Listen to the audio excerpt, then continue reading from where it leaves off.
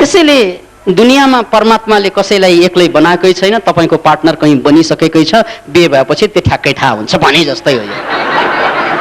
अतः देख्नेले धेरै टाढा देख्छन्, नदेख्नेले अगाडिको काँडा पनि देख्न सक्दैनन्। याद राख्नुहोस्, देख्नेले धेरै टाढा देख्छन्, नदेख्नेले अगाडिको काँडा पनि देख्दैनन् र उ त्यही घायल भएर बस्छन्।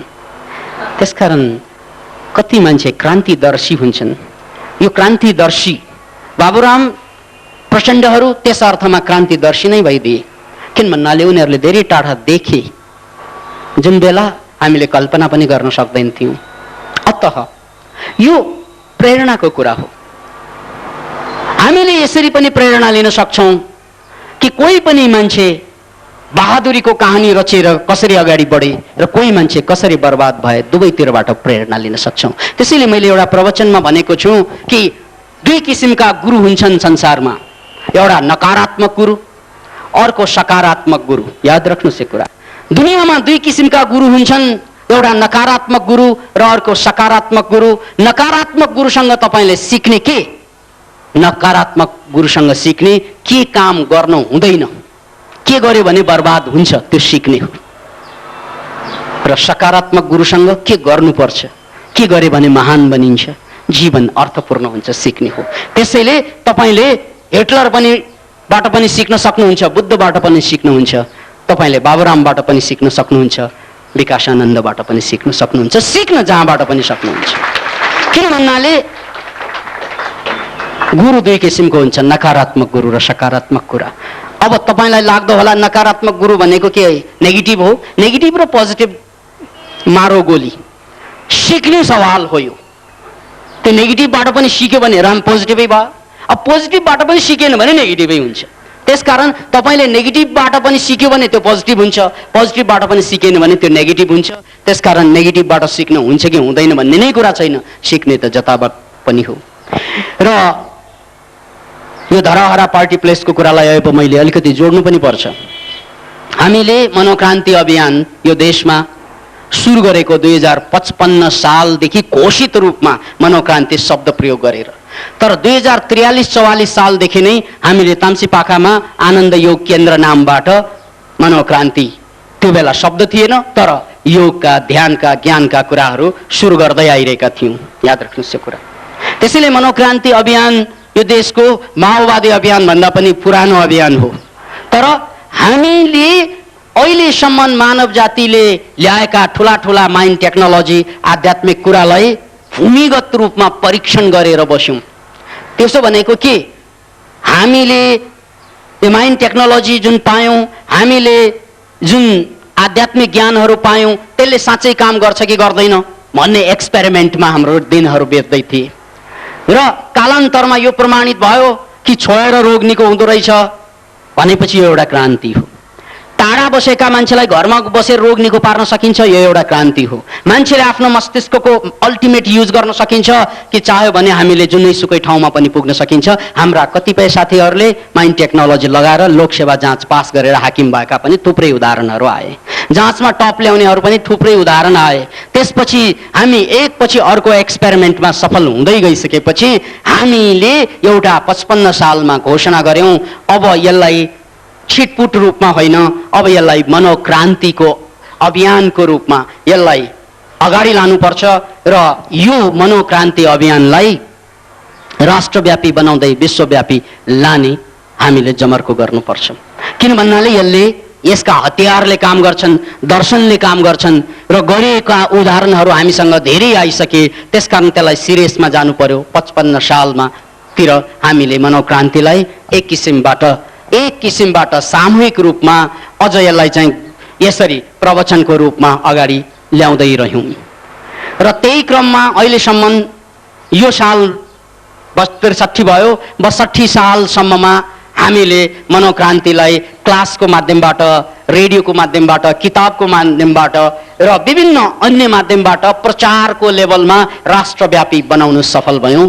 किन भन्नाले नेपाल टेलिभिजन र अन्य टेलिभिजन र साथै किताबले हरेक हप्ता एउटा किताब जुन निकाल्नै सकिँदैन, नेपालमा हरेक हप्ता एउटा किताब निकाल्न सक्छ भन्ने प्रमाणित पनि हामीले त्यही माइन्ड टेक्नोलोजी लगाएर गरेका थियौँ। जुन तपाईँले कल्पना गर्नुहोस् हरेक हप्ता एउटा किताब निकाल्नु भनेको असम्भव नै हुन्छ अहिले पनि कल्पना गर्दा। तर हामीले 1 वर्ष यो पनि च्यालेन्ज लियौँ कि यदि हाम्रो माइन्ड टेक्नोलोजीले काम गर्छ भने, यदि हाम्रो हतियारले काम गर्छ भने हामीले असम्भवलाई सम्भव गरेर देखाइदिने हो। लज्जा 1 वर्षसम्म हामीले हरेक हप्ता किताब निकाल्ने योजना ठोक्यौँ। त्यही अनुसार हामीले 2062 सालसम्म हाम्रो किताब निस्कँदै रह्यो। किन भन्नाले 72-73वटा किताब अहिले पुगेको छ।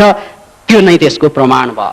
त्यसैले हामीले जे पनि गर्न सक्छौँ भन्ने कुराहरू एकपछि अर्को जाहेर गर्दै रहने क्रममा अब मनोक्रान्तिको एउटा प्रचारको अभियान, प्रचारको चरण टुङ्गो लागेको छ। किन भन्नाले थोर बहुत यो विदेशमा पनि गइसकेको छ र राष्ट्रको कुरा गर्ने हो भने हरेक जिल्लामा कोही न कोही मनोक्रान्तिलाई लिएर गइसकेका छन्। यो एक किसिमबाट राष्ट्रव्यापी भइसकेको अभियान हो। तर अबको प्रचारको अवस्थाबाट, भूमिगत अवस्थाबाट हामी प्रचारको अवस्थामा आए मनोक्रान्ति लिएर, र त्यो अवस्थाबाट यो तेस्रो फेजमा अब हामीले गर्ने के त भन्नाले नेतृत्व विकास गर्नुपर्छ। किन भन्नाले यो अभियान भनेको महासागर जस्तै हो। यदि सागर साँच्चै सागर हो भने कुनै पनि कुनाबाट, कुनै पनि दिशाबाट चाखे पनि त्यो नुनिलोई हुनुपर्छ, अनि मात्रै त्यो महासागर भन्ने प्रमाणित हुन्छ। किन भन्नाले सागर भनेको यस्तो पानीको समूह हो जुनै सुकै किनारमा गएर चाखे पनि स्वाद त्यसको नुनिलै हुन्छ। त्यसकारण मनोक्रान्ति पनि यदि यो सागर जस्तै लहरिँदै आएको हो भने, यो जनजनको आवश्यकै हो भने, यो जुनै कुनाबाट चाखे पनि यसको स्वाद मनोक्रान्तिमय नै हुनुपर्छ। त्यसको लागि नेतृत्व विकास चाहिन्छ। नेतृत्व विकास भनेको के त भन्नाले हुम्लामा जुम्लामा जहाँ गए पनि या कुनै पनि कुनामा गए पनि तपाईले मनोक्रान्ति भन्नासाथ मनोक्रान्तिमा नै यस्तो मान्छे जो आत्मनिर्भर छ, जसले जे पनि गर्न सक्छ, जे पनि प्रमाणित गर्न सक्छ भन्ने उदाहरण पेश भयो भने यो मनोक्रान्ति युगान्तकारी घटना भयो। होइन मनोक्रान्ति भने एउटा चाहिँ स्मगलर, मनोक्रान्ति भने एउटा बेवकूफ, मनोक्रान्ति भने एउटा चाहिँ खिचातानी, एउटा चुकलबाज आदि इत्यादि पर्यो भने जहाँ एउटा मान्छेलाई भेट्यो एउटा स्वाद, अर्को मान्छेलाई भेट्यो अर्को स्वाद, फेरि यता चाहिँ धरहरा पार्टीमा आयो अर्को स्वाद। यसरी स्वाद फरक भयो भने यो जनआन्दोलन जस्तै व्यापक हुँदैन, यो विश्वको अभियान जस्तै व्यापकता यसले पाउँदैन। यो इतिहासलाई कोल्टो फेराउने जसरी दर्शनहरू आउँछन् समय समयमा, त्यो मान्यतासम्म यो पुग्दैन। त्यसैले हामीले एउटा सिरियसली सोचेका कुरा के हो त भन्नाले अबको फेजमा हामी मनोक्रान्तिलाई नेतृत्वमा प्रदान गर्ने हो। त्यस्ता नेतृत्वहरू निर्माण गर्ने हो जुन नेतृत्वले जे पनि गर्न सक्छ, मनोक्रान्तिमा नै भोको पनि रहन सक्ने, जति पनि खान सक्ने, है जति पनि खाएर पनि पचाउन सक्ने, त्यो पनि योग विद्याभित्र पस्छ। इभन विषै खाएर पनि पचाउन सक्ने त्यो क्षमता, अनि जे पनि गर्न सक्ने, चाह्यो भने जे पनि गर्न सक्ने, त्यस्तो एउटा डाइनामिक पर्सनालिटी, चाह्यो भने जे पनि गर्न सक्ने त्यो पर्सनालिटी जब हामीले विकास गर्न सक्छौँ अनि मात्रै ये मनोक्रान्तिमा नै यो हो।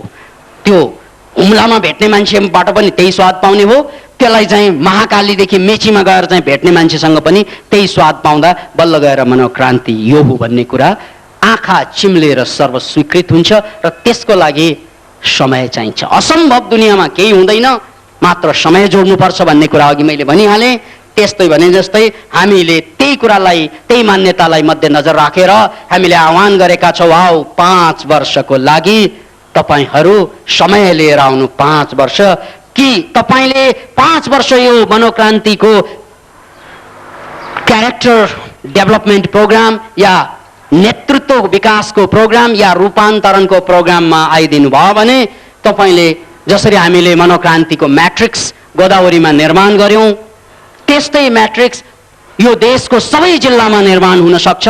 र त्यो म्याट्रिक्समा गएर तपाईको जिल्लाका सबै युवा युवतीहरूले, बुढापाकाहरूले त्यहाँ गएर आफूलाई स्वस्थ राख्नु, आफूलाई ह्याप्पी कसरी बनाउने, आफूलाई सृजनशील कसरी बनाउने र आफूलाई यो राष्ट्रको एउटा साँच्चैको कर्णधार कसरी साबित गर्ने भन्ने कुरा त्यहाँबाट सिक्ने छन्।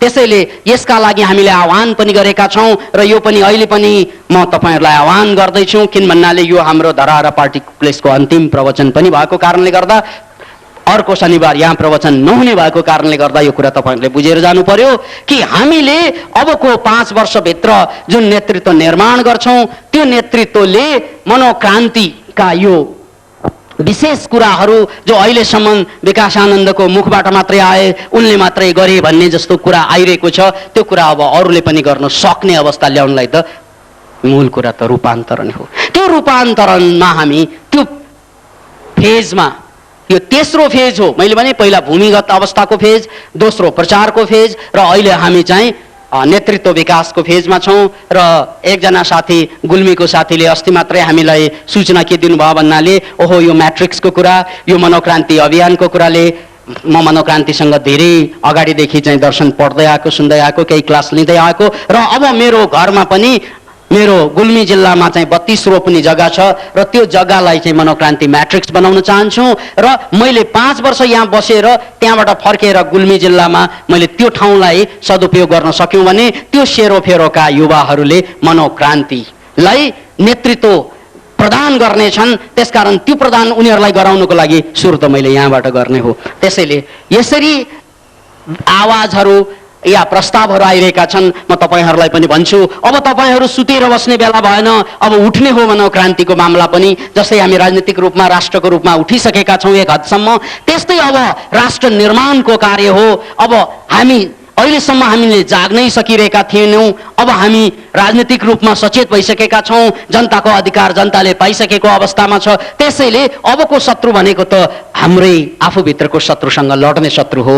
कामको शत्रु, लोभको शत्रु, ईर्ष्याको, जलनको, कमजोरीको घायल भएर बाँच्नु, यो शत्रुलाई जित्नको लागि त फेरि पनि मोर्चाबन्दी हुनै पर्छ र यो मोर्चाबन्दी भनेको हामीले मनोक्रान्ति म्याट्रिक्स नाम दियौं यसलाई। त्यसकारण मनोक्रान्ति म्याट्रिक्सको लागि तपाईको जिल्लामा पनि एक रोपनी जग्गा कसैले दान दिए पनि त्यहाँबाट सुरु हुन्छ। याद राख्नुस्, तपाईहरु मध्ये आफ्नो जिल्लामा 1 रोपनी, 2 रोपनी, 4 रोपनी, 5 रोपनी जति जग्गाहरू छन् त्यो जग्गा चाहिँ मनोक्रान्ति म्याट्रिक्सलाई चाहिँ दान दिनुस् र त्यहाँबाट हामीले यस्ता नागरिकहरू तयार पार्नेछौं भोलि जसले जिल्ला त हाँक्ने नै छन्, पछि गएर राष्ट्र र हुँदै विश्वलाई हाँक्ने छन्। यो हाम्रो सपना हो। कुनै बेला बाबुराम भट्टराईको 10 वटा बन्दुक जस्तै, भरुवा बन्दुक जस्तै यो हाम्रो सपना हो अहिलेको लागि। हामी भन्छौं 20 वर्षमा सायद नेपाल मनोक्रान्तिमय बनाउन सक्छौं। सायद किन त भन्नाले त्यसमा तपाईहरुको पनि साथ चाहिन्छ। किनभने त्यो हाम्रो बुद्धि र विचारले मात्रै सबै कुरा हुने हो भने त हामी एक्लैले गर्थ्यौं, तर एक्लैले हुने होइन, त्यो त सबैबाट हुने हो। त्यसकारण तपाईहरुको जे जति चाहिँ जग्गा जमिन जे छ कि अब मनोक्रान्तिको यो महायज्ञको लागि अर्पण गरौं कि नयाँ नेपाल अब सुरु हुन्छ। आफ्नो जिल्लाको कुरा हामीले काठमाडौँमा बसेर एउटा उदाहरण पेश गर्यौं। यो विकासानन्द भन्ने व्यक्ति एकजना व्यक्तिको कुरा हो। त्यसकारण त्यो व्यक्तिको हैसियतले एउटा सानो मनोक्रान्ति म्याट्रिक्स निर्माण गरियो। त्यस्तै अब तपाईहरु पनि व्यक्ति हुनुहुन्छ, त्यसैले तपाईहरुको आफ्नो हैसियतबाट निर्माण गर्दै जानुस्। हामीले त्यहाँबाट प्रोग्राम तयार गर्दै छौं। म्याट्रिक्स भन्ने जग्गा यस्तो, यसलाई कम्प्युटर सम्झनुस् र मनोक्रान्तिका कार्यक्रमलाई सफ्टवेयर सम्झनुस्। सफ्टवेयर हामी हेडक्वार्टरबाट तयार पार्छौं र तपाईले कम्प्युटर आफ्नो जिल्लामा तयार पारेर बस्नुस्। कुनै 1 रोपनी जग्गाको कम्प्युटर, कुनै 10 रोपनी, अहिले 32 रोपनी जग्गाको कुरा छ, त्यो भन्दा पनि ठूलो हुन सक्छ। तपाई हामी अब तयार हुने बेला हो र त्यसको लागि म तपाईसँग 2 वटा प्रोग्राम अगाडि सारिरहेको छु। एउटा 5 वर्षे योजना र अर्को 1 वर्षे योजना। किन भन्नाले सबैले 5 वर्षे योजना नदिनु पनि दिन नसक्ने अवस्था पनि होला। त्यसकारण कम्तीमा तपाईहरु अभिभावक हुनुहुन्छ, तपाईहरु घर परिवारसँग जोडिनु भएको छ भने म तपाईलाई 5 वर्षको आग्रह गर्दिन। किन भन्नाले तपाईको घर परिवारसँग पनि दायित्व चाहिँ हुन्छ नै। तपाईले 1 वर्ष जसरी भए पनि, किन भन्नाले यो लगानी हो जिन्दगीको भनेर सम्झाउनुस् परिवारलाई। यो लगानी हो। यद्यपि मैले यो 1 वर्ष चाहिँ तिमीहरुसँग छुटेर बस्दाखेरि तिमीहरुलाई केही गाह्रो पर्ला। जसरी अमेरिका जाने भनेपछि त खुसी खुसी बिदा गर्छ नि, अरबमा गएर कमाउने भनेपछि त ऋण लिएर पनि बिदा गर्छ नि परिवारले। हो, त्यही ट्रेन्डमा म मनोक्रान्तिको लागि 1 वर्ष लगानी गर्दैछु र फर्केर यी मेरो जग्गा छ, मेरो ठाउँ छ, म यहाँबाट सुरु गर्छु भनेर यो साहस, यो मुटु लिएर आउनुस्। यदि बाउसँग कुरा मिलिरहेको छैन भने बाउसँग अंश माग्नुस्। तपाईको जमिन तपाईको बाबा आमा परिवारलाई मात्र होइन। किन भन्नाले तपाईले आफ्नो 1 टुक्रा जमिन, याद राख्नुस्, तपाई एकजनाले 1 टुक्रा जमिन, 1 मुट्ठी पैसा यहाँ तपाईले 3 करोड जनताको लागि समर्पित गरिदिनु भयो भने उल्टो 3 करोड जनताले तपाईँको लागि जमिन बनाउने छ अनि देश कस्तो हुन्छ तपाईँले कल्पना गर्नुहोस्। याद राख्नुहोस्, तपाईँ एक्लै हुने कुरा होइन। तपाईँले जुन कुरा 1 रोप्ने 5 रोप्ने 10 रोप्ने जग्गा मनोक्रान्तिको लागि भन्नासाथ त्यो 3 करोड नेपालीको भागभन्दामा पर्छ। तर त्यो 3 करोड नेपालीमा गयो भनेर तपाईँ दुःख मानेर बस्नै पर्दैन। हिसाब अर्को किसिमबाट गर्न सकिन्छ। दृष्टिकोण बदलेर सृष्टिलाई हेर्नु। सृष्टि जहिले पनि सुन्दर छ, किन भन्नाले तपाईँले जुन गर्नुभयो अर्कोले गरेपछि त्यो 3 करोड नेपालीलाई पनि त्यो जाँगर जोस चल्न झोक चल्न थालेपछि त ओहो हो हो हो हो हो कति जग्गा मात्रै मनोक्रान्तिको सार्वजनिक जग्गा बन्ने छन्। लाखौं हाम्रा भट्किरहेका हरेक जिल्ला जिल्लामा भट्किरहेका युवाहरूले जिन्दगीको बाटो देख्नेछ, अगाडि बढ्ने बाटो देख्नेछ। यो वास्तविक चाहिँ अब लड्ने क्रान्ति त यो हो। त्यो राजनीतिले मात्रै सक्ने कुरा होइन, त्यो त सामाजिक क्रान्तिको कुरा हो। यो त्यसकारण माओले राजनीतिक क्रान्तिले नपुगेको कारणले सांस्कृतिक क्रान्ति गर्न पुगे। तर सांस्कृतिक क्रान्ति भनेर उनले मन्दिर सन्दिर त भट्काए, मनको मन्दिर भट्काउन सकेन। देवताका मूर्ति त तोडे तर मनको देवतालाई तोड्न सकेन। त्यसकारण माओ बितिसकेपछि पछिल्ला सरकारले माओले भट्काएका मन्दिरहरू बनाउँदैछन्। हेर्नुहोस्, त्यसकारण वास्तविक सांस्कृतिक क्रान्ति त मनबाट सुरु हुने कुरा हो। त्यसैले हामीले भट्काउने कुरा होइन, जोड्ने कुरा हो। माओवादीहरूले भट्काएर नै राजनीतिक युद्ध गरे, त्यो शैली हो उनीहरूको। किन भन्नाले त्यो बाहिरको पाटोको युद्ध हो। तर हामीले त्यसरी भट्काएर बाहिर भट्काउने केही पनि छैन। हामीले भट्काउनु भनेको भित्र भट्काउने हो। हजारौं वर्षको संस्कार, हजारौं वर्षको यो बाँच्ने गलत शैली, यी सबैलाई परिवर्तन गर्ने यो पनि युद्ध नै हो। त्यसकारण हामीले यसलाई मनयुद्ध भन्यौं। उनीहरूले जनयुद्ध लडे, अब हामीले मनयुद्ध लड्ने पालो हो। अबको नेपालको क्रान्ति भनेको अबको क्रान्ति मनको क्रान्ति। किन भन्नाले बाहिरको क्रान्तिले सबै कुरा ठेक्दैन। बाहिरको क्रान्ति भनेको एउटा अवसर मात्रै हो। यो अवसरलाई सदुपयोग गरेर अब मनको क्रान्तितिर जाने बेला भएकोले हामीले यस्ता नेतृत्व निर्माणको थलो निर्माण गरौं। अनि अन्तिम कुरा, यो प्रसङ्गको अन्तिम कुरा पनि सुन्नुहोस्। जिन्दगीमा सबभन्दा ठूलो कुरा आफ्नो लागि के त शान्ति, आनन्द। त्यो आनन्द लिने ठाउँ संसार होइन, घरबार होइन, परिवार होइन, त्यो आफ्नै मन हो। त्यो आफ्नै केमिकल हो, एन्डोर्फिन्स। त्यसकारण तपाईले जिन्दगीमा लिने ठाउँ भनेको आफूभित्र हो। तर दिने ठाउँ कहाँ त? दिनु छ भने तपाईले दिने थलो भनेको सामाजिक सेवा हो, समाज, राजनीति, जसले चाहिँ संसारलाई दिन्छन्। लिने ठाउँ समाज होइन, राजनीति होइन, लिने ठाउँ आफूभित्र हो। त्यसकारण भित्रबाट लिने, बाहिर दिने। त्यसैलाई हामीले एउटा नारा के दिएका छौं भने संसारलाई बदल्नु छ भने आफूलाई बदल्नु पर्छ। आफूलाई बदल्नु भनेको आफूभित्रका त्यो शक्तिलाई निकाल्नु पर्यो, त्यो वातावरण बनाउनु पर्यो, अनि त्यो निस्केको कुरालाई लगेर जनतासम्म पुर्याउने हो। भोलि गएर संविधान सभाको कुरा आइरहेको छ। भोलि गएर हामीले राजनीतिमा मनोक्रान्तिमुखी राजनीतिको अवधारणा अगाडि सार्दैछौँ। तपाईले पार्टी खोल्नु पर्दैन, तपाईँ पार्टीमा जोइन गर्नुपर्छ भन्ने बाध्यता पनि छैन। तपाईले जो सिकाइरहनु भएका कुरालाई, जो जानेका कुरालाई गएर भन्न सक्नुहुन्छ। अब कुनै पनि गाउँको गाविस अध्यक्ष वा मेयर या सांसद जो बन्छन् उनीहरूले त्यहाँ भवन प्रयोग गर्ने हो। त्यो भवनमा, सरकारी भवनमा बिहान बेलुका सरकारी काम हुन्छ, के अरे दिउँसो सरकारी काम हुन्छ, बिहान बेलुका हरेक सरकारी भवन खाली हुन्छ। त्यो खाली भएको सरकारी भवनलाई हामीले मान्छेलाई चाहिँ हेल्थी, ह्याप्पी, क्रिएटिभ बनाउनको लागि त्यहाँ प्रोग्राम दिइरहन सक्छौँ। यदि हामीले आफूले जानेको कुरालाई यदि हामीले राजनीतिसँग, समाजसँग जोड्यौं भने मान्छेले सोध्छन् हामीलाई कि कसरी तपाईहरू संसारलाई बदल्ने कुरा गर्नुहुन्छ, संसारलाई बदल्नु छ सुरु आफूबाट गर्ने भन्नुभयो। कसरी भन्नासाथ यसरी लिने आफूबाट, विकास गर्ने आफूलाई, सर्वशक्तिमान बनाउने आफूलाई, तपस्या आफैले नै गर्ने हो। र त्यो पाएका सबै कुरालाई एउटा सामाजिक फोरममा, एउटा चुनावको फोरममा, प्रजातन्त्रको खुबी यही हो, त्यो चुनावको फोरममा लगेर ठिकै छ त्यहाँ लगेर तपाईले आफूलाई प्रस्तुत गरिदिनु भयो भने त्यो कुरा जनताको सम्पत्तिको रूपमा सरकारी कार्यालय जुन रहेको छ त्यो सबै बिहान बेलुका जनताले उपयोग गर्न पाउनेछ। एकातिर त्यहाँ जान अगाडि मनोक्रान्ति म्याट्रिक्स छँदैछ, त्यहाँ गइसकेपछि जानेहरूले सरकारी कार्यालयलाई पनि मनोक्रान्ति म्याट्रिक्स बनाउन सक्ने हुन्छन्। त्यसपछि हामीलाई अलग मन्दिर चाहिँदैन। त्यहाँ वडा कार्यालय चाहिँ त्यही मन्दिर हो, एउटा मूर्ति पनि त्यही भित्र राखिदिए हुन्छ कि अब कसैलाई पूजा गर्नु छ भने ठिकै छ, बिहान पूजा गर्नु, दिउँसो नगर्नु। यसरी हामीले जीवनले खोजेका सबै कुरा यही चारैतिर बिखरेर बसेका छन्, त्यसलाई पनि हामीले सदुपयोग गर्न सक्छौँ। र यो सन्देश यो हाम्रो देशबाट सुरु भएर पछि यसको एक्जाम्पलको रूपमा यस्तो रूपान्तरण संसारभरको राजनेताले पनि सिकुन्। किन भन्नाले प्लेटोको डायलग अहिले पनि प्रासङ्गिक छ कि जबसम्म धरतीमा दार्शनिकहरू शासक हुँदैनन् या शासकहरू दार्शनिक हुँदैनन्, मान्छेले समस्याबाट मुक्ति पाउँदैनन्। त्यसैले हामीले त्यही प्लेटोको कुरालाई उद्घोष गरेको हो कि हामीले दार्शनिकहरू निर्माण गर्दै जाने हो मनोक्रान्ति अभियानको माध्यमबाट, र ती दार्शनिकलाई कालान्तरमा शासक बनाइदिने हो। अनि त संसारले खोजेको युग पुरानो कुरा हामीले अहिले पनि अहिलेको भर्सनमा प्रमाणित गर्नेछौँ। कहाँबाट त भन्नाले नेपालबाट। यो राष्ट्रको लागि गौतम बुद्ध पछि हामीले पनि अर्को एउटा विश्वलाई दिने देन मनोक्रान्ति बनोस् भन्ने चाहना हामी सबैले राख्नुपर्छ। गुरुदेव कोटि कोटि प्रणाम र हजुरको पाउमा प्याजी प्याजी मनोक्रान्तिमय अभिवादन।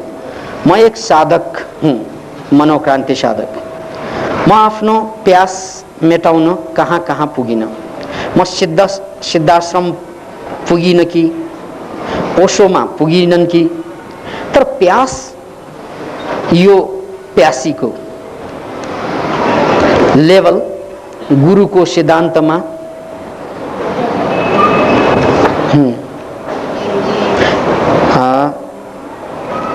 यहाँ पढ्न सकिन।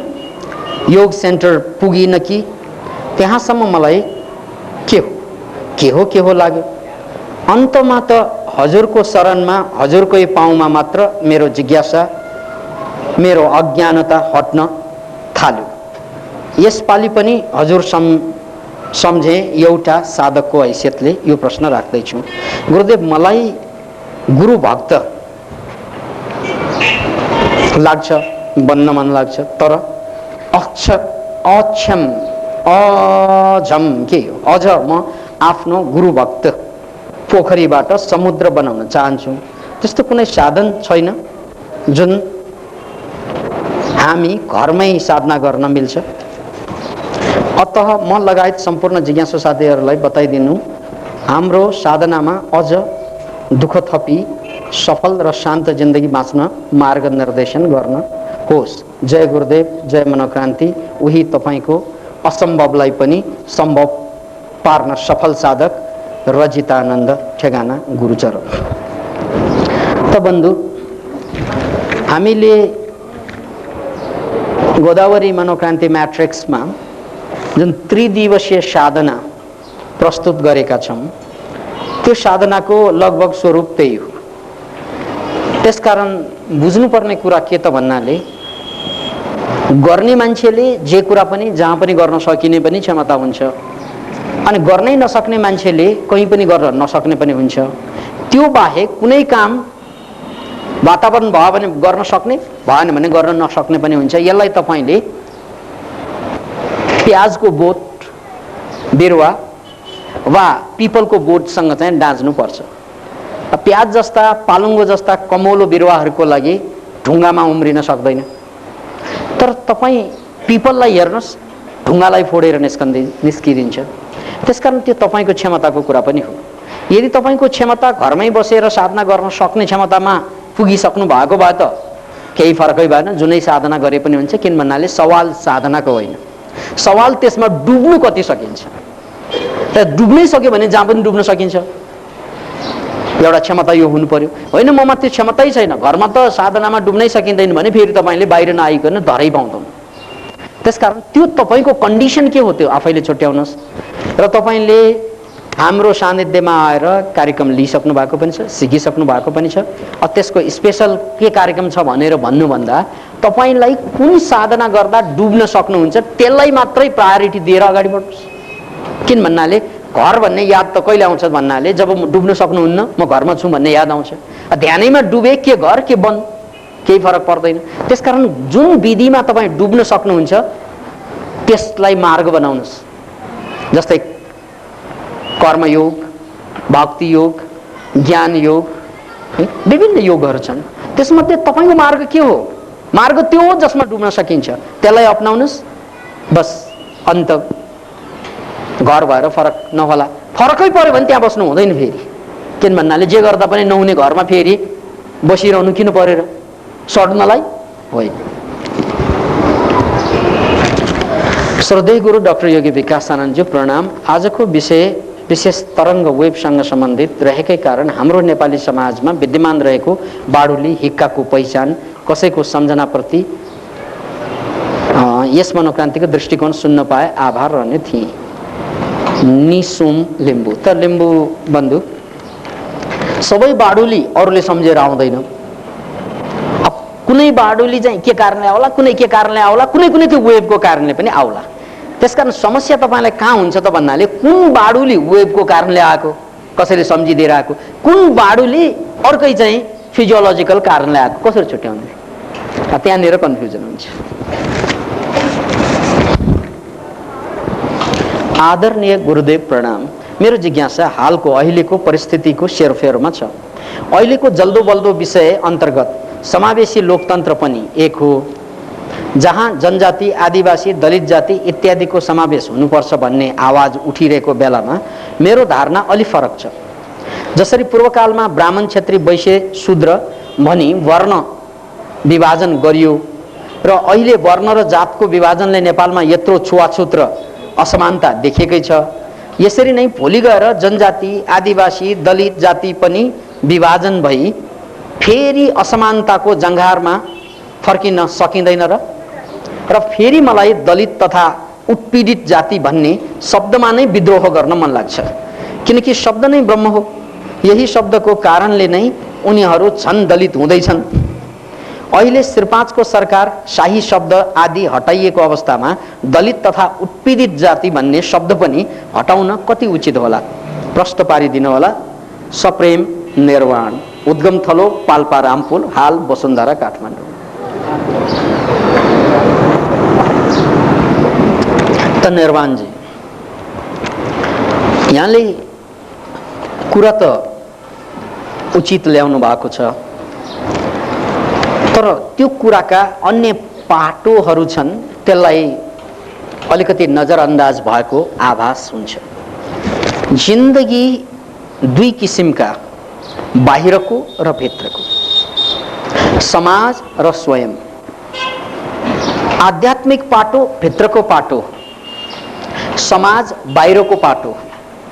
त्यसकारण स्वयंको मुक्तिको लागि अध्यात्म बाहेक दुनियाँमा कुनै पनि उपाय छैन। अध्यात्मको स्वरूप धेरै होला, बाटो धेरै होला, बेग्लै कुरा, तर अध्यात्म बाहेक दुनियाँमा मुक्तिको कुनै बाटो छैन। नत्र मार्क्सिस्टहरूले संसार जितेर पनि आफूलाई जित्न नसकेकोले मार्क्सवाद संसारबाट बिदा हुँदै गयो। याद राख्नुहोस्, जितेको त हो नि संसार, आधा संसार त जितिसकेको मार्क्सिस्टहरूले, तर त्यो जित्दा जित्दै पनि आफूलाई जित्न नसकेको कारणले गर्दा त्यो जितेकोलाई पनि जोगाउन सकेन। याद राख्नुहोस्। त्यसैले जिन्दगीको अन्तिम युद्ध आफैसँग। रह्यो कुरा समाजको। समाजको मामला भनेको बाहिरको मामला हो, एक्सटर्नल लाइफ। एक्सटर्नल लाइफको एउटा नियम छ।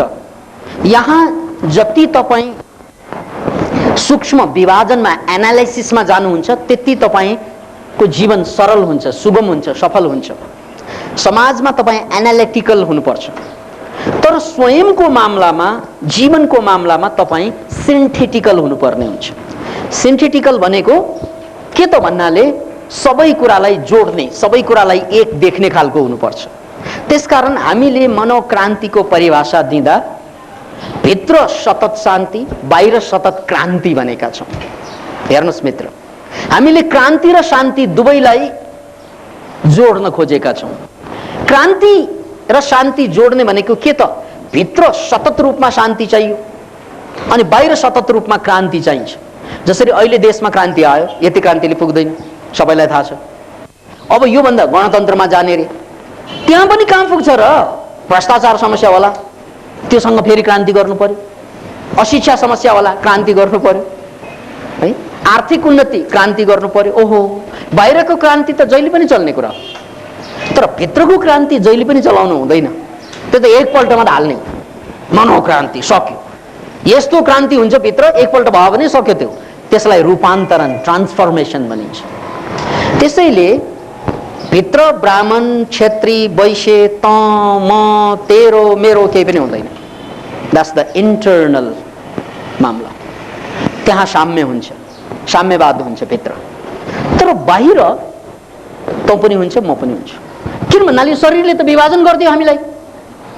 हामी चेतनाको मामलामा अथवा आत्मतत्त्वको मामलामा एक हौं। हामी सबै ब्रह्म हौं। किन कसैलाई ब्राह्मण भन्नु पर्यो, शूद्र भन्नु पर्यो?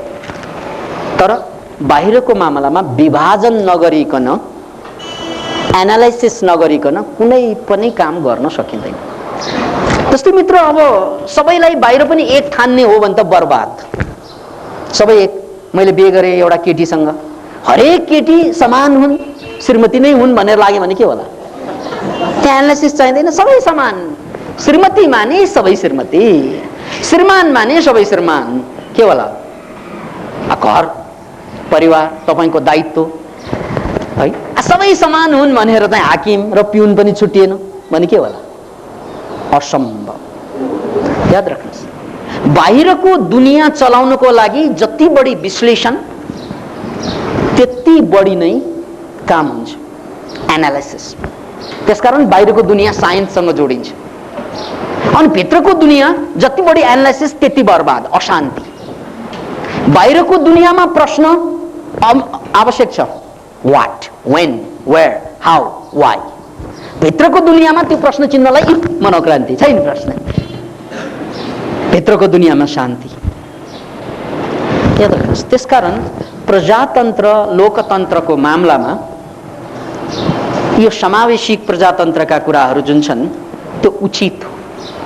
किन उचित हो त भन्नाले त्यो बाहिरको कुरा हो। त्यसकारण बाहिर हजारौं वर्षसम्म हामीले शूद्र भनेर दलितहरूलाई छोएकै खाएको छैन। अहिले पनि हाम्रा परिवारका मान्छेले, हामीले चाहिँ नमाने पनि परिवारको मान्छेले मानिदिन्छ। यही काठमाडौँमा पनि छुवाछुत अहिले पनि छ। अब त्यो छुवाछुतलाई तपाईले मेटाउनको लागि या त तपाईँ मुक्त पुरुष हुनु पर्यो। तपाईका आमा मुक्त पुरुष त नहोला, तपाईको बाजे मुक्त पुरुष नहोला। अनि हाम्रो लागि त समान, ठिक छ। अङ्गालो हारेर घरमा ल्याउनुहोस्, घरको चाहिँ मुलीले लात हानेर चाहिँ त्यो शूद्रलाई दलितलाई घरमा ल्याएको भन्दा, अनि यार तपाईँ केटाकेटी जस्तो कुरा आधा कुरा देख्नुभयो। तपाईले समानताको कुरा जुन गर्नुभयो, ब्रह्मको कुरा, त्यो जायज छ आध्यात्मिक पाटोमा। त्यहाँ कोही शूद्र ब्राह्मण हुँदैन। तर बाहिरको पाटोमा अझै छ, र हुन्छ पनि पछि पनि। जात नहोला, पैसोको कुराले त विभाजन हुन्छ नि। ऊ पैसो भएको नभएको, ऊ हाकिम यो कार्यकर्ता, त्यो त हुन्छ नै बाहिर। त्यसकारण बाहिर विभाजन आवश्यक छ, जति बढी चाहिन्छ त्यो गर्नुपर्छ। त्यसैले राजनीति कुनै पनि मानव जातिको अन्तिम समस्याको समाधान होइन। किन भन्नाले यो बाहिर मात्रै अल्झिन्छ। त्यसकारण भोलि समानुपातिक गभर्नमेन्ट आयो भने पनि, संघीय गणराज्य स्थापना भए तापनि यो समस्याको, मानवीय समस्याको समाधान चाहिँ हुनै सक्दैन। अवसर प्रदान हुन्छ। अवसर जस्तै मधेसलाई चाहिँ स्वायत्त बनाइदेऊ, काठमाडौँलाई चाहिँ स्वायत्त बनाइदेऊ। याद राख्नुहोस् यो कुरालाई।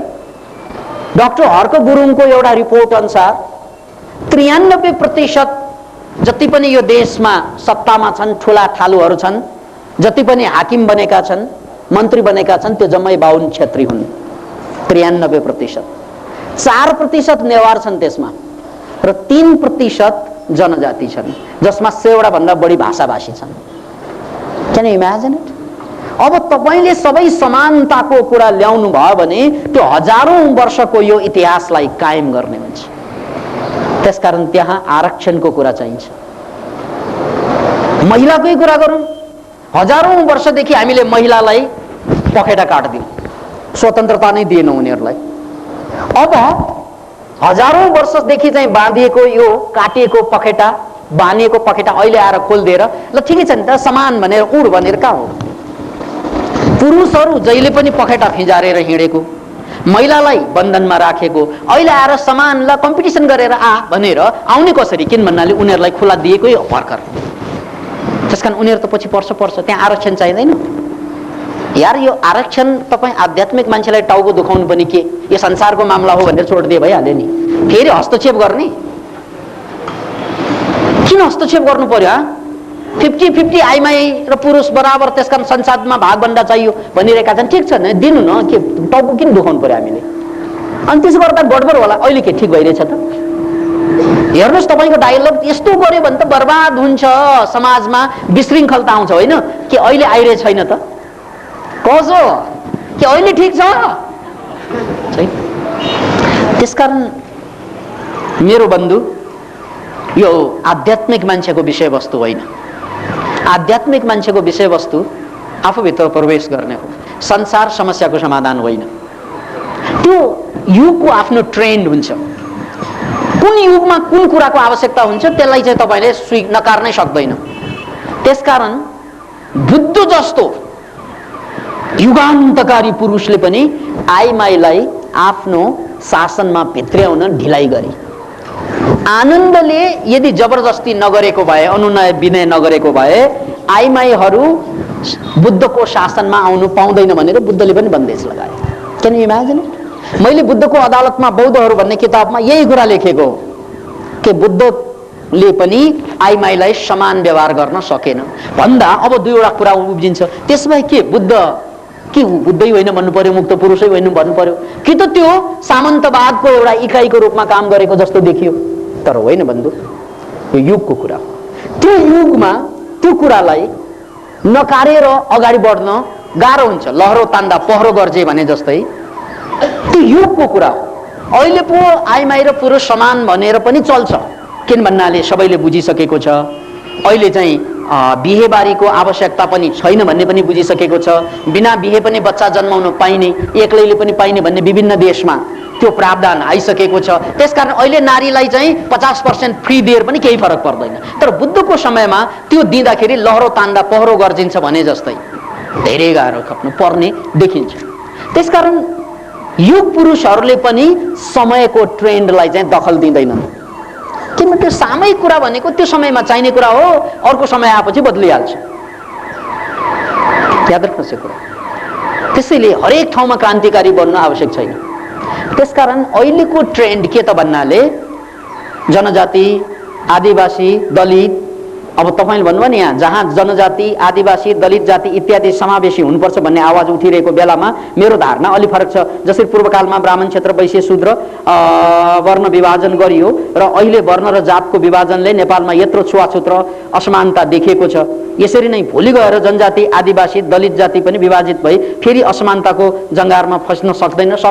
किन भन्नाले यो आइमाई र पुरुषलाई तपाईँले के भन्ने त? ल दलित त नबनौँ आजबाट, ल दलित शब्द चाहिँ क्यान्सल, अब आइमाई पुरुष पनि क्यान्सल भन्ने समानता आयो त्यसरी। त्यसकारण यहाँ समस्या शब्दको होइन, समस्या मनोक्रान्ति नहुनुको। त्यसैले समस्या, मानसिक समस्या जहाँ पनि रहन्छ। युगको ट्रेन्डलाई हामीले छोड्न सकिँदैन।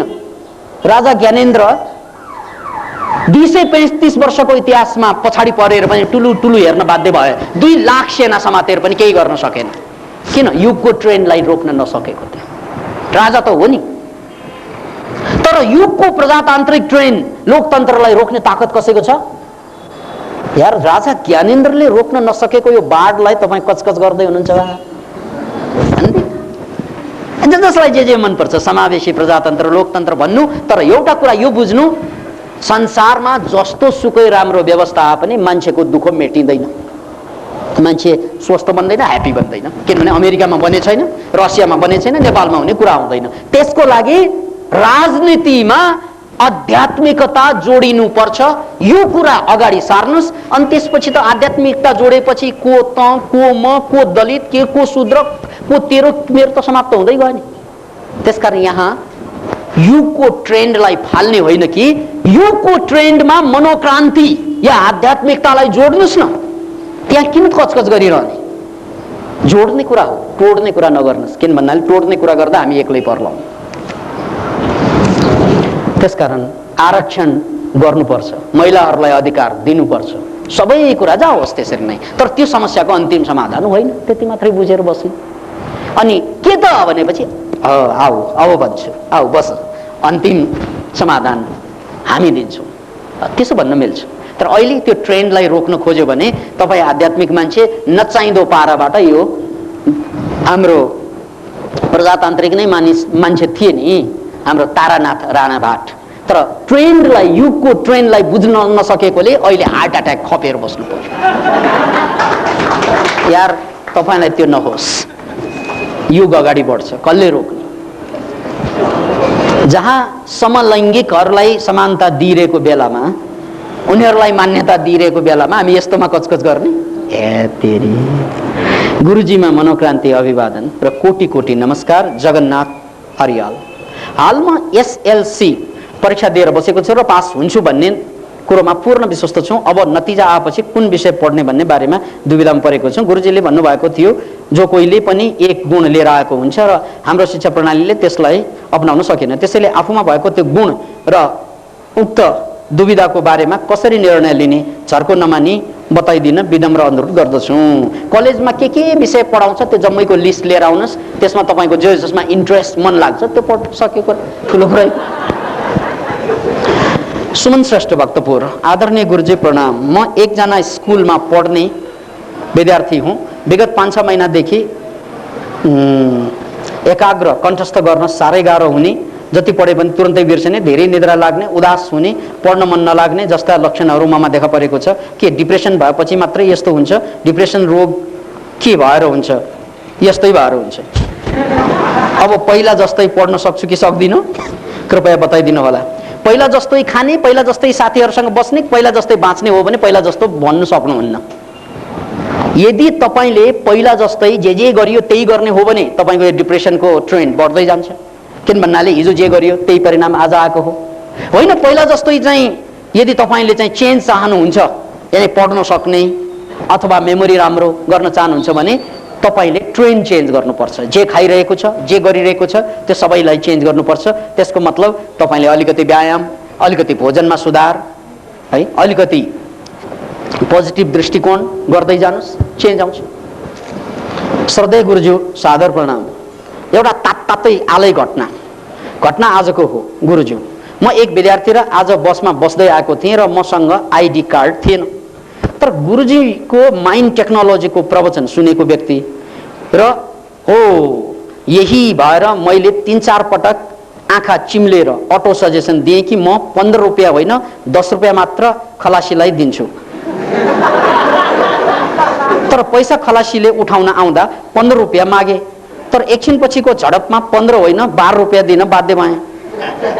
तर गएको साता यस्तै ब्रेन वेभ युज गर्दा प्रत्येक खलासीलाई 10 रुपियाँमै बिना प्रश्न नगरिकन सफल भएँ। तर आज त्यति सफल भइन। गुरुजी यो के भएको?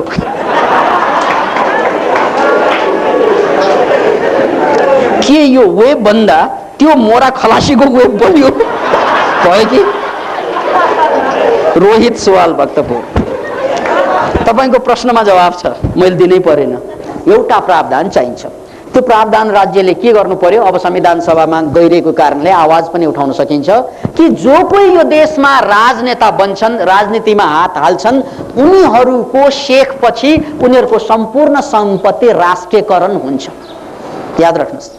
यदि भनौँ गिरिजा प्रसादको शेखपछि गिरिजा प्रसाद लगायत सुजाता कोइरालाका सम्पूर्ण सम्पत्ति राष्ट्रको नाममा गाभियो भने त्यसले त केही फरक पार्दैन। किन भन्नाले ऊ बाँचुन्जेल उनले भ्रष्टाचारै गरेर कमाए पनि मरेपछि चाहिँ झ्याप समातेर राष्ट्रको हुन्छ। केमा पोख्यो, दालैमा पोख्यो। त्यसैले दार्शनिक शासक होला नहोला त्यो लामो कुरो भयो। तर अहिलेलाई दार्शनिक शासक नआउन्जेल नआए पनि यो राष्ट्रले, एउटा जनताले आवाज के उठाउनु पर्छ भन्नाले राजनीतिमा लाग्ने मान्छेहरूको शेखपछि उनको सम्पत्ति छोराछोरीलाई जाँदैन, उनको सम्पत्ति राष्ट्रको नाममा जाने हो भने मात्रै राजनीति गर्न पाउने प्रावधान हाम्रो संविधानमा राख्न सक्यौं भने जसरी अहिले राजालाई जनताले निहत्था, संसदले निहत्था पारिदिए त्यस्तै जनताले नेतालाई निहत्था पार्दछ। अहिले हामीले आधा युद्ध जित्यौं। त्यो युद्ध के त भन्नाले जनताले अथवा संसदले राजालाई निहत्था त पार्यो। अबको पालो भनेको जनताले संसदलाई निहत्था पारेर जनतामा नै अधिकार हो भन्ने प्रमाणित त छैन। अहिले त संसदमा अधिकार छ। जनतामा अधिकार ल्याउनको लागि यस्ता धेरै प्रावधान छन्। त्यसमध्ये एउटा प्रावधान यो पनि राख्न सकिन्छ हामीले कि राजनेता बन्नेहरूको सम्पत्ति शेखपछि राष्ट्रियकरण हुनै पर्छ। त्यसकारण यो त प्रत्यक्ष शासन नै हो। त दार्शनिक भइदियो भने के हुन्छ भन्नाले उनलाई के तातो नि बुत्लो थियो, किन भन्नाले दार्शनिकको लागि केही फरक कुरा हुन भएन थियो।